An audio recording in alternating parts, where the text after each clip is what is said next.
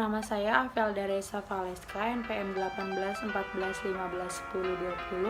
Di sini saya akan mempresentasikan tentang kontribusi HHBK terhadap pendapatan masyarakat, studi kasus Desa Panton Pawo.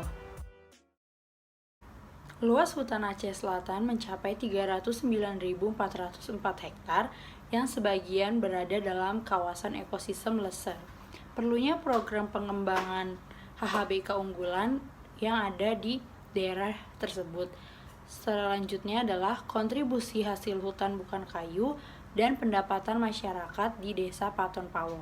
Tujuan dari penelitian di jurnal ini adalah yang pertama mengetahui kontribusi HHBK terhadap pendapatan masyarakat di Desa Panton Pawo, dan selanjutnya adalah mengetahui jenis HHBK yang dikelola. Metode penelitian yang dilakukan adalah secara kuantitatif, kualitatif, dan juga wawancara. Untuk metode penelitian yang pertama adalah pengambilan sampel dilakukan secara simple random sampling pada 148 kakak. Teknik ini dilakukan pemilihan secara acak tanpa memperhatikan strata yang ada. Dalam penelitian ini, metode yang digunakan menggunakan rumus Swaffham. Rumusnya seperti yang tertera pada PowerPoint. Hasil dari penelitian tersebut terdapat beberapa tabel. Untuk tabel yang pertama dapat dilihat kelompok jenis HHBK yang dimanfaatkan oleh responden. Ini terbagi ke dalam beberapa kategori, ada yang produktif dan konsumtif, produktif saja, serta ada yang hanya konsumtif. Kelompok jenis HHBK yang paling banyak dimanfaatkan oleh responden adalah ikan dan udang air tawar sebanyak 19,59%. Berikut dapat dilihat beberapa contoh hasil hutan bukan kayu yang dimanfaatkan masyarakat setempat seperti rotan, sarang burung walet, serta udang.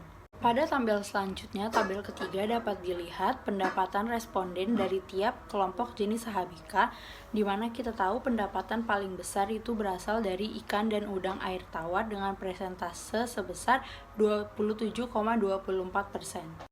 Tabel selanjutnya adalah kontribusi HHBK terhadap pendapatan total responden. Dapat dilihat untuk pendapatan non-HHBK sebanyak 208 juta dengan presentasi kontribusi 80,14%, sedangkan untuk HHBK hanya 51.534.000 dengan presentase kontribusi sebanyak 19,86%. Dari beberapa hasil tersebut dapat dilihat bahwa perbandingan pendapatan kontribusi yang bersumber dari pemanfaatan HHBK masih tergolong kecil. Tingkat ketergantungan dan pemanfaatan HHBK di Desa Panton Pawo ini masih tergolong rendah. Dari beberapa hasil tabel tersebut dapat kita ketahui HHBK yang banyak dimanfaatkan adalah ikan dan udang air tawar, sarang burung walet, jernang, madu, aren, rotan, dan juga damar. Sedangkan jenis HHBK diambil untuk konsumsi mereka sehari-hari adalah kayu bakar, tanaman obat-obatan, dan juga sayuran. Pendapatan total responden Desa Panton Pawo tiap jenis HHBK sangat bervariasi, mulai dari 1.794.000 sampai 14.040.000. Terdapat beberapa kesimpulan yang dapat ditarik. Yang pertama adalah terdapat beberapa kelompok jenis HHBK yang dimanfaatkan oleh responden seperti yang sudah saya sebutkan tadi.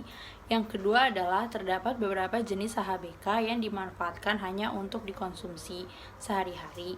Selanjutnya, pendapatan rata-rata Desa Panton Pawo yaitu sebesar Rp1.753.608 per bulannya.